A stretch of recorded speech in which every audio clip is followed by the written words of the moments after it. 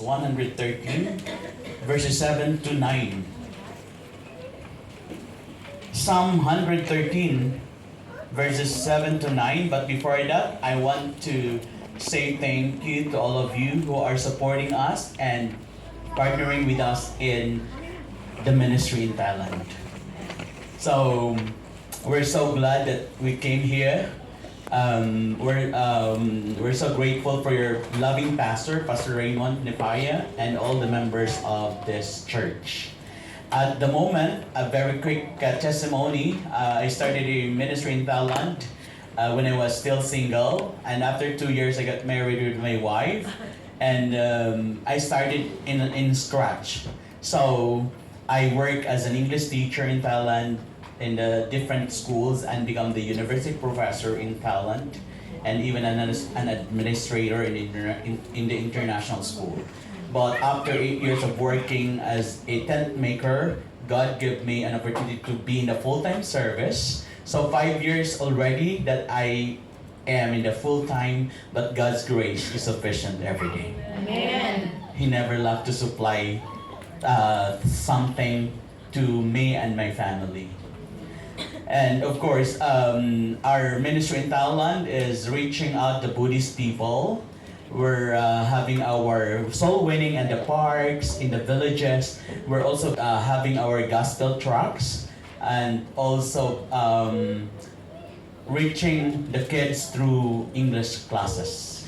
We offer free English classes to the kids, so they're happy to learn, but of course, with the Word of God. Like Bible songs and Bible verses, and of course the Bible story. So last year we prayed for a church property. Actually, our church plant, the first church that we have is in Bangkok, Thailand, the capital city. But we prayed for another church plant in Chiang Rai, Thailand, which is the northern part of Thailand, 11 hours away via land, but 1 hour and 20 minutes via air. So God blessed our ministry there, and God answered our prayers of having a church property. Amen. We bought our property a 3,480 square meters, and God provided for that, and KFBC was one who give or become a channel of blessing. Thank you very much for your help to acquire the property in Chiang Rai, Thailand. We can see the video or watch the video.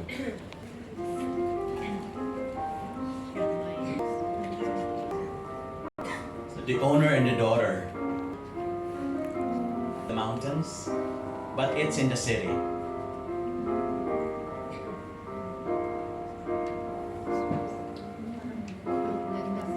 Like a Yeah, Philippines. so that's the area. Ang ganda, no?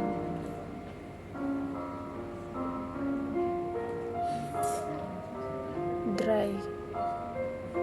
Because it's rice field, so we fill with soil.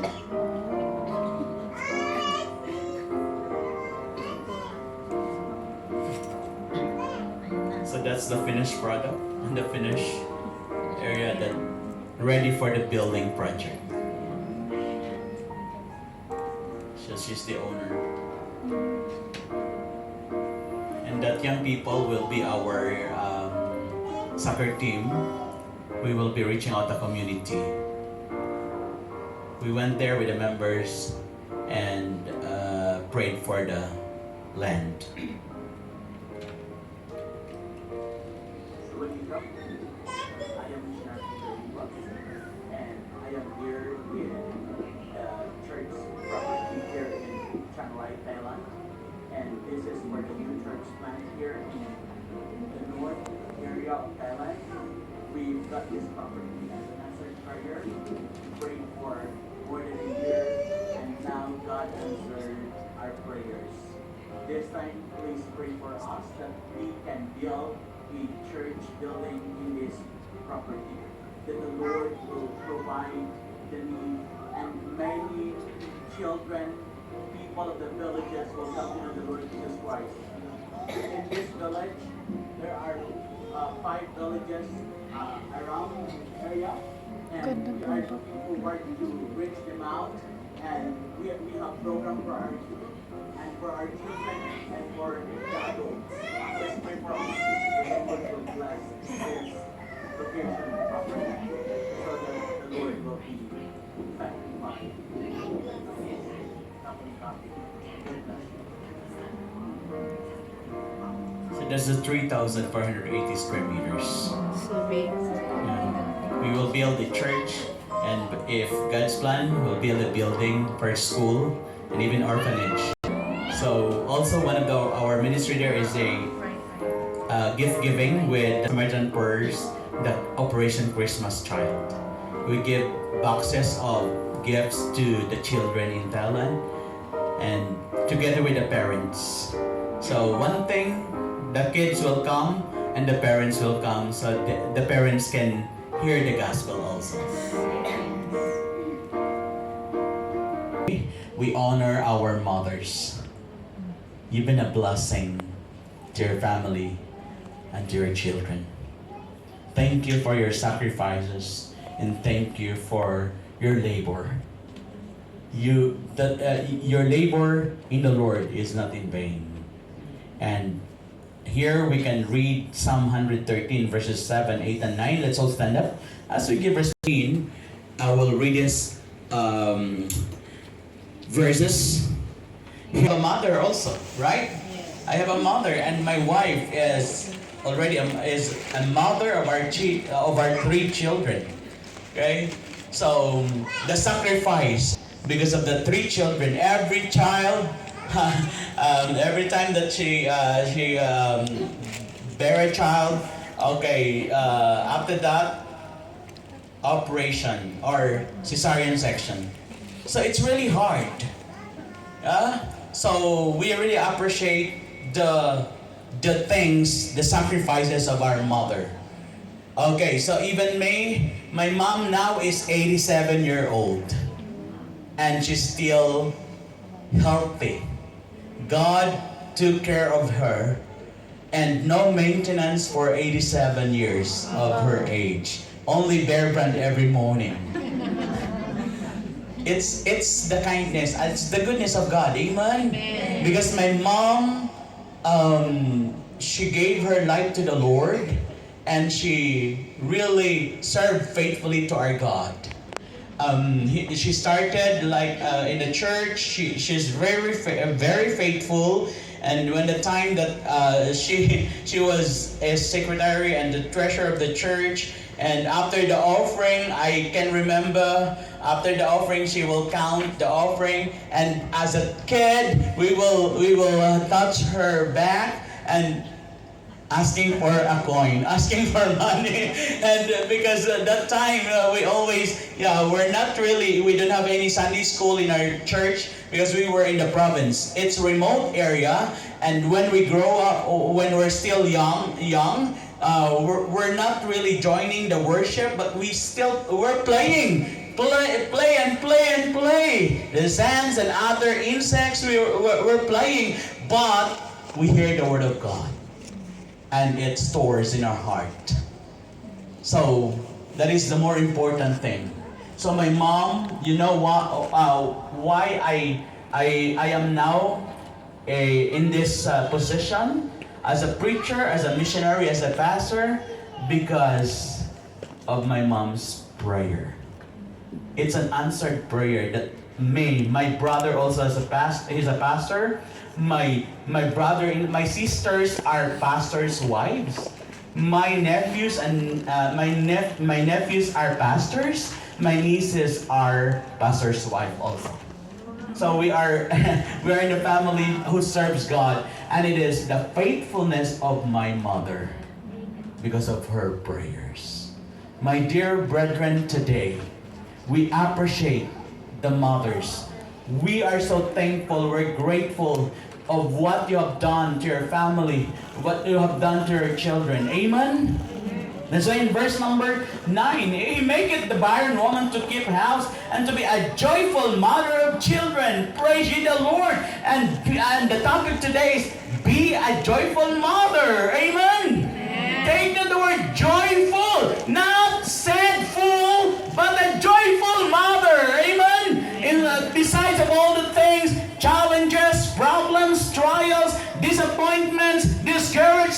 you're still alive, you're still standing because of your faith in the Lord Jesus Christ. Don't give up, nor give in. God has a purpose in your life of being a mother, being a mom. God has a plan in your life. Amen. Keep going. Don't stop. Don't quit. Because quitter never wins. And winners never quit. You are winners. We are winners in Christ Jesus. Amen. Oh, victory in Jesus, our Savior forever. You and I are victorious because of the Lord Jesus Christ. Amen. Be a joyful mother. As long as that you are doing things for the Lord and you are giving things for Jesus, serving Him with a joyful heart, of course, there are role and responsibilities of a joyful mother.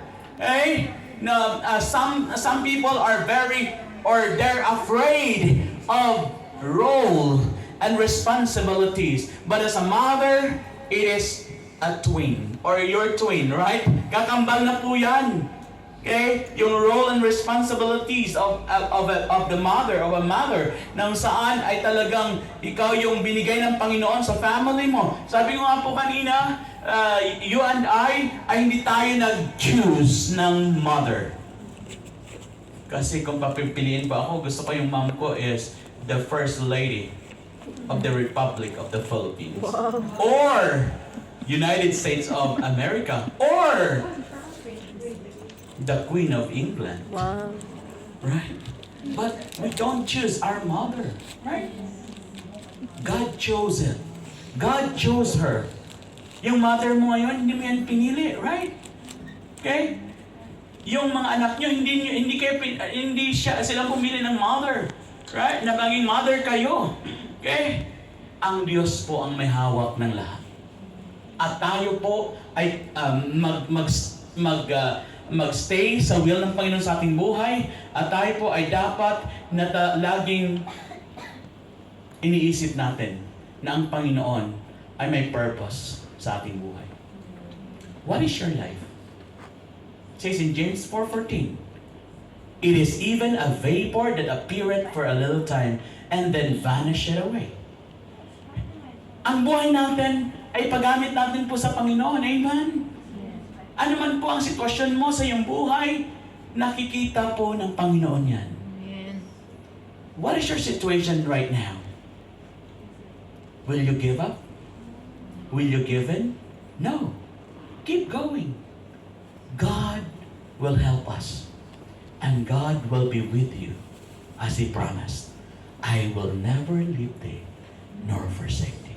Hindi tayo iiwan o pababayaan man ng Panginoon. Siya po ay laging nasa atin at tayo ay sasamahan niya sa anumang sitwasyon ng ating buhay. He's there all the time. Kaya nga po, ang isa sa mga role and responsibilities of being a mother is that a manager. You're a manager. Amen? You're a manager. She manages her children properly. Ano man po ang mga nangyayari at mga dapat sa tahanan, yan ay gawain at ginagawa ng mga nanay, our mothers. At talaga po na ang mga nanay natin ay manager, na siya ang gumagawa ng paraan, anumang mga dapat ayusin sa buhay o sa tahanan ay nandiyan ang ating mga nanay. Alam ko, since 0-year-old, nagsasasinapupunan pa lamang ang inyong mga anak, ay talagang nandun na yung sakripisyo. Right? At lalo na pag nagano pa, ang tawag doon, yung nagsusuka, ang hirap doon. Paglilihi pa lang, right? Tapos dadalhin mo ng 9 months. We're so thankful. I'm so grateful. Dahil ang mga nanay ay talagang sila yung nagsakripisyo at malaki ang kanilang sinakripisyo sa kanilang buhay. Okay, in Titus chapter 2 verse number 5. Ano pong sabi dyan? In the book of Titus. Titignan po natin sa book of Titus. ang sabi dito po in the book of Titus, or unahin muna natin 1 Corinthians para sa ating dito. 1 Corinthians, unahin muna natin siya in the book of 1 Corinthians. Makikita po natin dyan, chapter 4, verse number 2. In 1 Corinthians, chapter 4, verse number 2. Moreover, it is required in stewards that a man be found faithful. So, you are managers, which means you are stewards. Pinagkaloob, or ipinagkaloob, you are katiwala. Anumang meron kang pamilya ngayon, pinagkatiwalaan ka ng Diyos, and be thankful. Amen? Okay? No need to murmur. Okay? Dapat i-appreciate mo at pasalamatan. Anumang meron kang pamilya, pasalamatan mo sa Panginoon. Dahil yan ay bigay sa iyo ng Diyos. Amen? You manage well. At sa iyong paglilingkod sa Panginoon, lalo na ngayon na ikaw ay nakakilala sa Panginoon at anak ka ng Diyos, be faithful. Amen?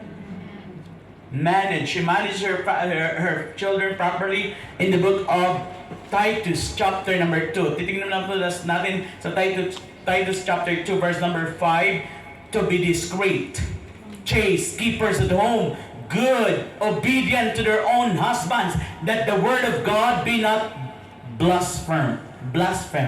Okay? So keepers at home, obedient to their own husband. So you mothers or wife, you should always submit to your husband for to be united in love. Amen? Okay? Hindi tayo nag-go against, kundi tayo dapat may harmonious relationship between the father of your children. Amen? Sa ating buhay upang ang Panginoon ay siyang maitaas. Ang Panginoon ay siyang mabigyan nating kapurihan sa ating buhay bilang kanyang anak. Tingnan pa natin dito at ang buhay ni Susannah Wesley. Siya po ay ideal woman or ideal mother. Susannah Wesley, a wife of a pastor and mother of 19 children. Okay? Hindi po siya nagreklamo. 19 children.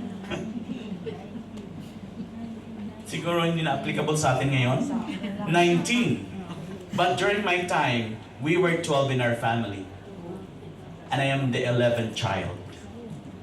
Ang nanay ko ay normal na na-deliver kaming lahat. Hindi sa hospital, but at home. No nurse or doctor, only komadrona. Okay? And it's a blessing. Dahil hindi siya na-hospital or walang nangyari, kahit anong gawin natin, kung mangyayari at ayaw ng Diyos, mangyayari yon. Pero pag iyan ay kalooban ng Panginoon, mangyayari at mangyayari sa ating buhay. Amen? Kasi ang God's plan is always the best. Okay, tignan pa natin dito. Has gone down in spite of poverty, sickness, disappointment, she managed her household well. So hindi po hadlang ang kahirapan, hindi hadlang ang mga bagay na kung saan ay ang kanyang, sa kadami ng kanyang anak, ay hindi po hadlang upang siya po ay tumigil, upang siya po ay mapagod, upang siya po ay mag-give up. Right? Kaya nga mahal naming nanay, mga nanay, keep on keeping on. It's not the end of the world. Amen? Amen. God will bless you. God will bless your family. And He will do something great in your life as a mother.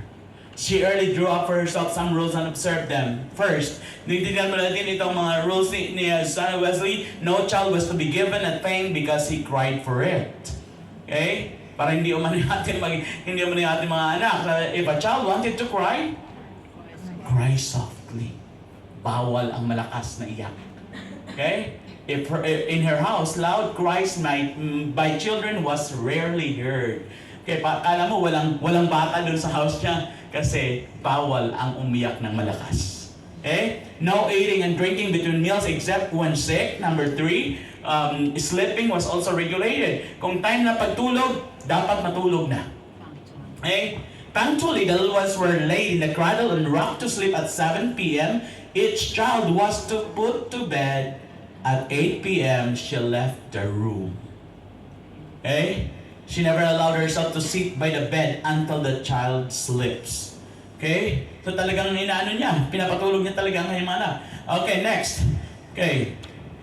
Number 4, the little ones had their own tables. Okay, separate near the main table. It's the separate table. When they could handle fork and knife, they were promoted to the family table. Okay? Independent na. Okay? So, hindi siya pwedeng mag-join dun sa long table. Okay? Kung hindi pa siya marunong humawak ng spoon, ng fork and knife. It's one must eat and drink before her. Okay? Next. It's one must address each other as sister or brother. Yung respect. Okay? She never allowed herself to show her ill temper by scolding. Hey, hindi niya pinapalo ang talagang temper niya. Hindi siya po ay she would always explain and explain and explain. Have you remember? When your mom ay may mga pangaral sa atin, right? Eh, hindi tayo sumuko, right? Kaya sabi naman, parang radyo, parang reporter. It's okay.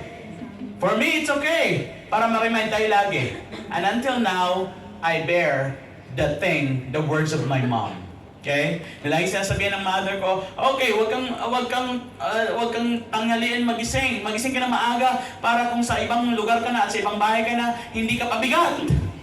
Okay, tumulong ka sa paghugas ng pinggan, tumulong ka doon at ikaw ay matutuwa ang bahay na kung saan ikaw ay tumira or nakitira ka.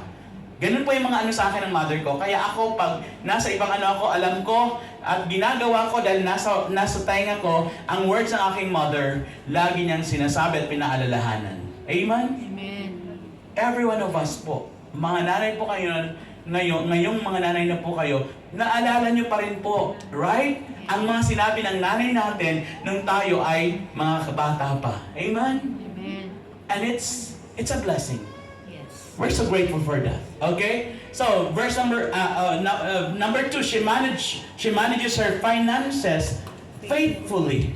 Okay? Hindi siya yung talagang gumagastos ng gastos, kundi nababudget po ang finances. Na kung para hindi magkulang ng budget at gumagawa ng mga bagay na kung saan ay para maayos at mapunuan ang budget kung ito'y kulang man. Dahil ang ating mga nanay ay very wise, knowledgeable, at magaling po yan. Magaling sa pagbabudget. At most of all, sa finances na binigay sa atin ng Panginoon, sa blessing, ibalik din po natin sa Panginoon ang para sa Panginoon. Amen? Amen. She gave us job. Hindi yan sa'yo. Binigay ng Panginoon. Amen? Okay? Kasi kung hindi yan para sa'yo, aalisin ka dyan ng Panginoon. At siya ang nagbigay sa atin ng kalakasan para makapunta doon sa ating work area. Hindi sa'yo yan. Hindi sa lakas mo. Kasi gaano kalakas ka at ka-healthy. Kung ikaw ay wala sa Panginoon at babawiin ng Diyos ang buhay sa'yo at kalakasan, magiging gulay ka. At wala kang magagawa kung wala ang Panginoon. Amen? Be thankful. Kung anong man, nakapagtrabaho tayo, meron tayong mabuting mga amo, at tayo ay may blessing from God, ibalik natin ang para sa Panginoon. Wala pong naging pulubi na nagbibigay. Amen? Amen. Okay, ang pulubi po nandyan. Okay, sa wayside, nandyan siya. Umangat ba ang kanyang buhay sa pagpapalimos? No! Hindi umangat ang kanyang buhay sa pagpapalimos kasi gusto niya, akin, hingi. Pero ang blessing po ay sa mga nagbibigay. Amen? At it's a blessing kung tayo ay binabalik natin ang para sa Panginoon. Patuloy kanyang pagpapalain at iingatan ka ng Diyos. Amen? She manages her finance faithfully. At tayo po dapat maging tapat din po tayo sa ating mga bagay, sa mga blessing na binigay ng Panginoon, maging tapat tayo sa pagbabalik sa Kanya. Amen? And the secret of blessing is giving. Amen? Amen. Praise the Lord. Okay, next. Makita po niyan dyan, not only a manager, but overcomer. Ang ating mga nanay po ay mga overcomer. Amen? Amen. Okay. Dapat palaban, right? Yes. Gagawin ang lahat para lumaban sa buhay, sa hamon ng buhay, para sa mga anak, amen? Para sa pamilya, overcomer. Hindi ka sumusuko ng basta-basta, kundi ikaw alam mo na anak ka ng Diyos at ikaw ay nanay ng saan meron kang pangarap sa iyong mga anak, meron kang pangarap sa iyong sa pamilya, at ikaw ay gumagawa ng tama, pagpapalain ka ng Diyos. Iingatan ka niya. Example po dito si Jochebed, na kung saan in Exodus chapter number 2, verses 3 and 4, ito po siya ay nanay ni Moses. Okay? Nanay po ito ni Moses, si Jochebed. Okay, in Exodus chapter number 2, 3 and 4, and when she could not longer hide him, she took him at an ark of bulrushes and daubed it with slime and with pitch, and put the child therein, and she laid in the flags by the river's brink, and his sisters stood afar off to wit what would be done to him. Dahil po pinapapatay ng Pharaoh ang mga babies that time. At isa po doon si Moses na pinanganak during that time.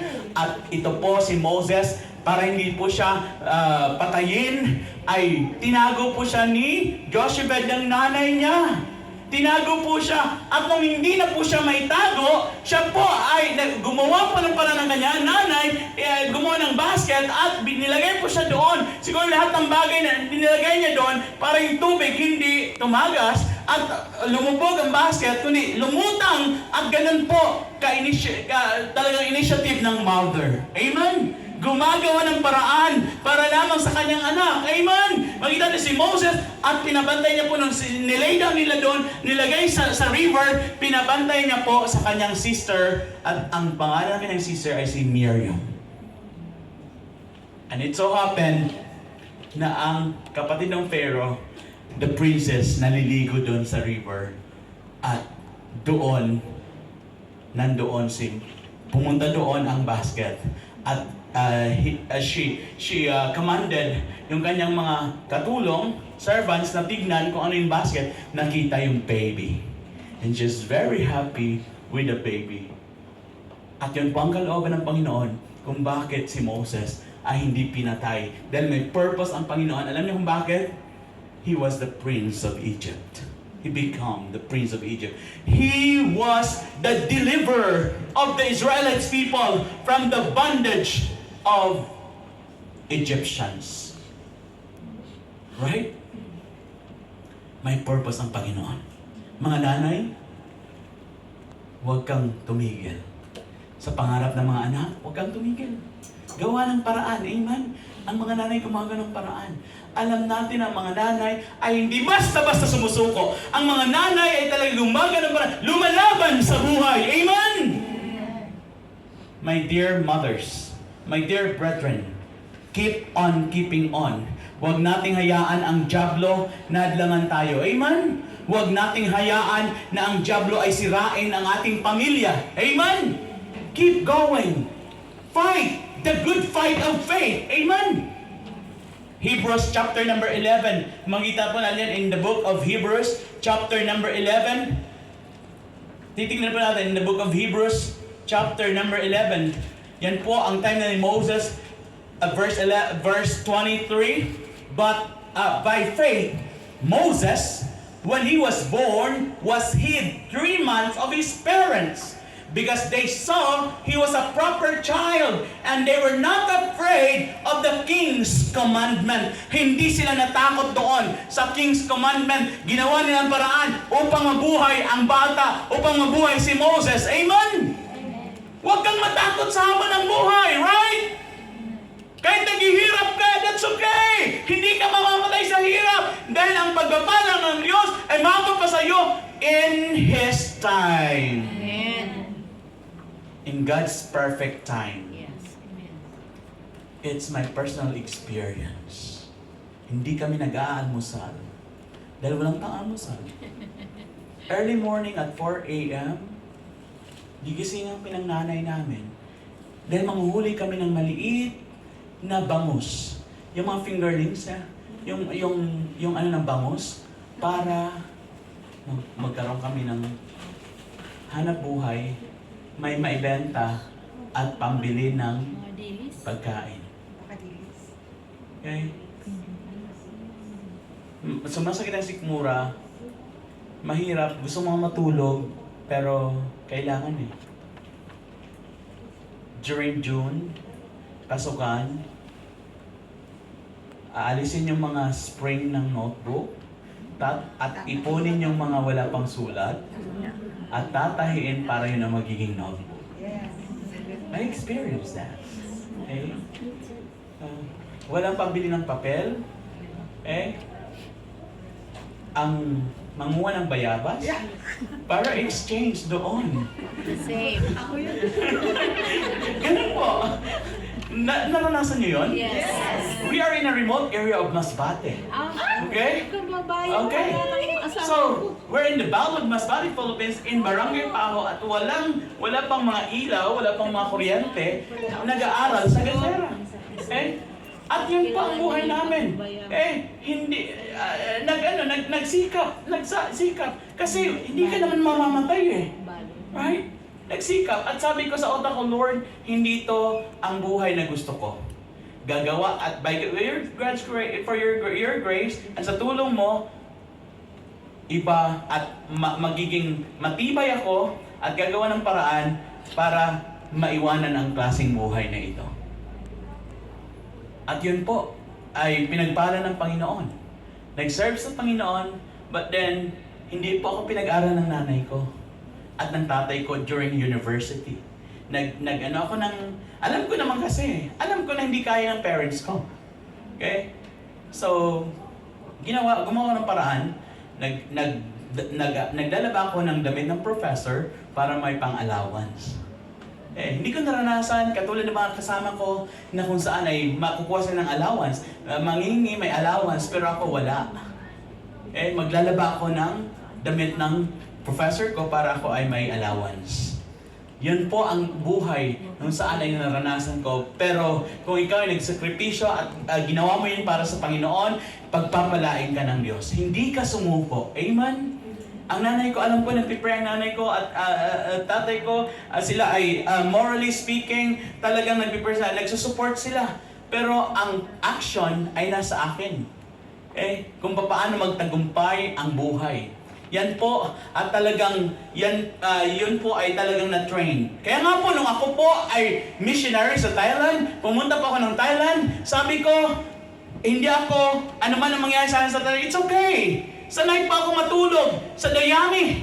Natutulog po kami sa dayami pag nag-ani ng rice. Natutulog kami. Nagpalay doon sa damuhan or sa dayamihan. Kaya sabi ko, kung pabayaan mo ako ng Panginoon sa paglilingkod niya sa Thailand, okay lang, matulog sa daan, pero hindi yun gagawin ng Panginoon sa akin.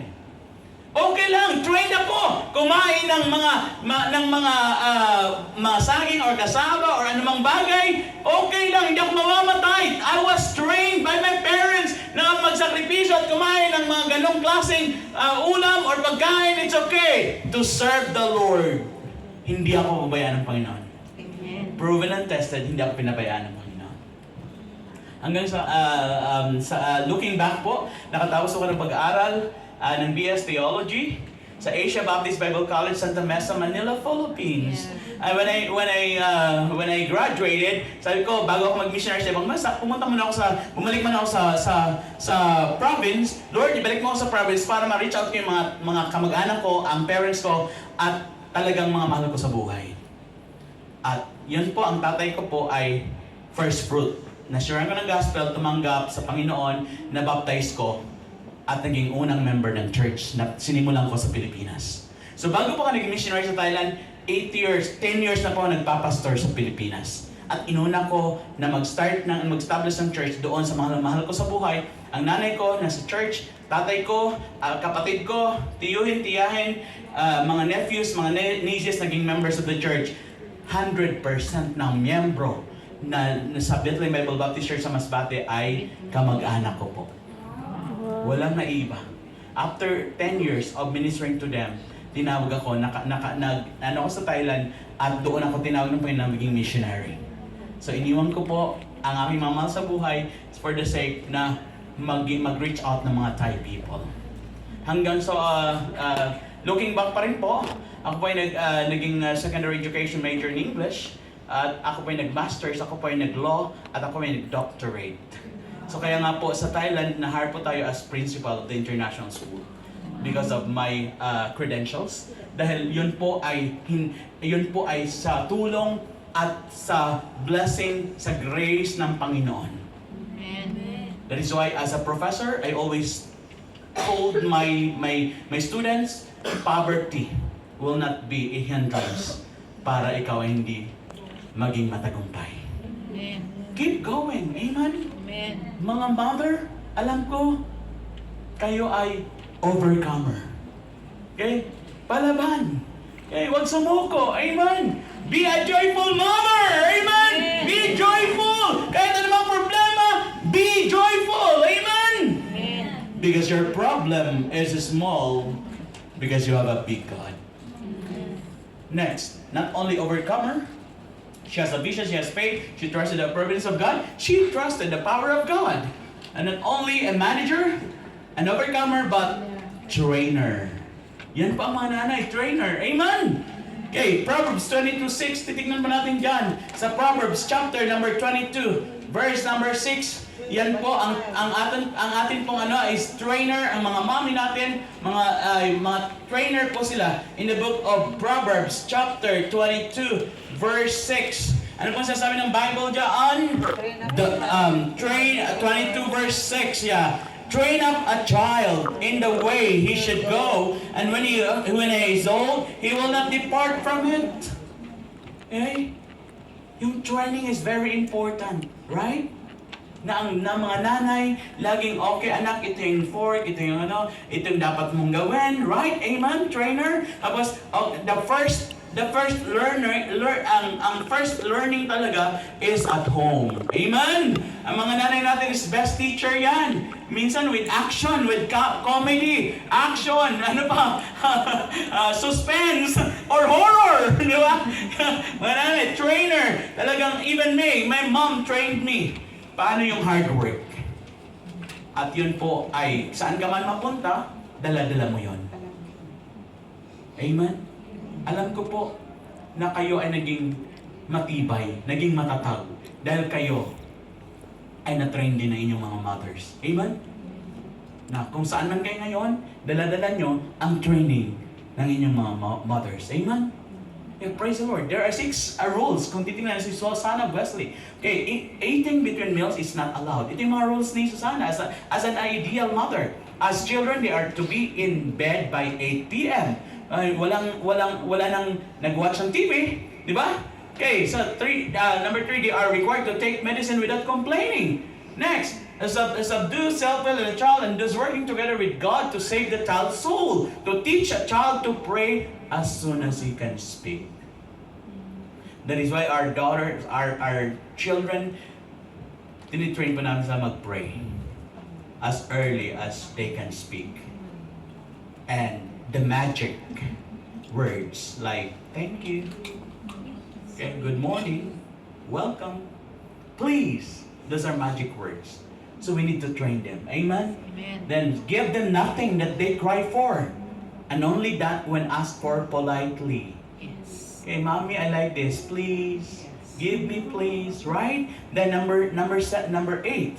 Okay. To prevent lying, punish no fault which is first confessed and repented of. Okay, para hindi sila maging sinungaling. Never allow a sinful act to go unpunished. Kailangan, alam nila na nagkasala sila at mali yun, may punishment. Amen? Next, never punish a child twice for a single offense. Comment and require good behavior. Tama yan, anak. Tama yung ginagawa mo. Okay? Mabuti. Okay? Any attempt to please, even if poorly performed, should be commended. Bravo! Yes, you can do it. Amen? That is yung mga mother na preserve property rights even in smallest matters. Ang mga nanay, tinuturuan, hindi sa'yo yan, huwag mong gamitin, hindi sa'yo yan. Huwag mong kunin yan, hindi yan sa'yo. Okay? Verse number 14, strictly observe all promises. Require no daughter to work before she can read well. Teach children to fear the rod of correction. Dapat alam nila yon na pinapalo sila dahil sa ikabubuti nila. na may pamalo para sila ay makorek at hindi naman sila na talagang sasaktan, kundi yan ay tinuturuan ng mabuti para sa kaayusan. Amen? Next, makikita mo rin not on discipline. Kay Susana Wesley believe that for a child to grow into a self-disciplined adult, he or she must first be a parent disciplined child. Next, okay, to her, the stubborn flesh was the hardest battle for Christians to fight, and godly parents would do well to equip their children to overcome it early. Okay, next. Not only manager, mothers, okay, are managers. What else? Overcomer, trainer, is helper. In Genesis chapter 2, verse number 18, tignan po natin ito. First book of the Bible in Genesis chapter number 2, verse 18. And the Lord God said, it is not good that the man should not alone. I will make him an helpmeet for him. So, a mother is a helper to her husband. Okay, husbands and wives are partners. Help each other. Amen? Not competitors. Not mine or yours, but ours. Amen? Harmonious relationship between husband and wife. And the mothers will always be a great help to the family, most especially to the children. Okay, next. Not only helper, but educator. Okay, tingnan natin. In 2 Timothy, educator po ang ating mga nanay. Educator. Okay, 2 Timothy. 2 Timothy chapter number 1, verse number 5. Here. When I call to remembrance as 1 Timothy, as 2 Timothy chapter number 1, verse number 5. Yeah. Here, when I call to remembrance the unfeigned faith that is in thee, which dwelt first in thy grandmother Lois and thy mother Eunice, and I am persuaded that in thee, that in thee also. Si Preacher Timothy po ay ang kanyang experience or ang kanyang great influencer po ay ang kanyang grandmother Lois and mother Eunice. So we're so thankful, we're so grateful that you are a great influencer to your children. Amen? Like Timothy. He's very thankful na meron siyang lolang si Lois at nanay na si Eunice. Mothers, you're a great influencer. You've done your influence to your children. Amen? We appreciate that.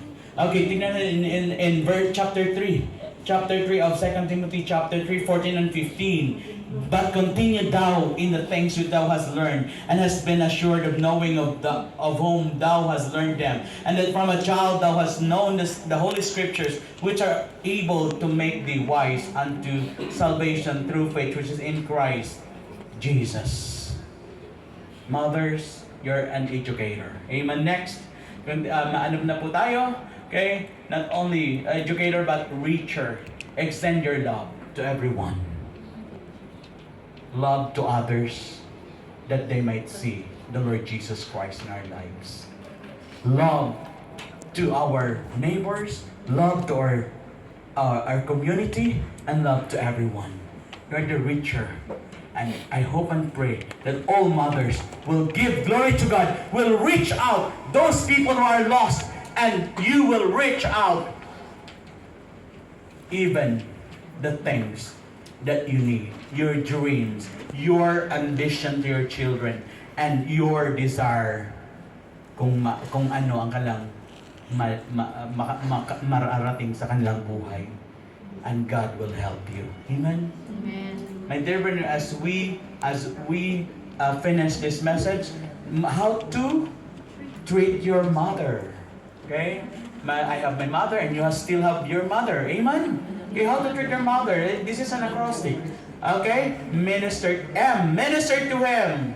To her. O. Obey her. T. Thank her. H. Hug her. Amen? 5. In E. Encourage her. And 6. R. Reward her. Will you appreciate your mom today? Yes. Amen. Na huwag nating pagdamutan ng ating nanay. Kung meron kang blessing, reward her. Amen? Because money cannot buy everything in this world. Money is useless pag wala ng buhay ang ating nanay. You cannot, you give flowers, kung nung nasa ano na siya, hindi niya na ma-appreciate yun. While he's still alive, or while she is still alive, show her kindness, love to her. Amen?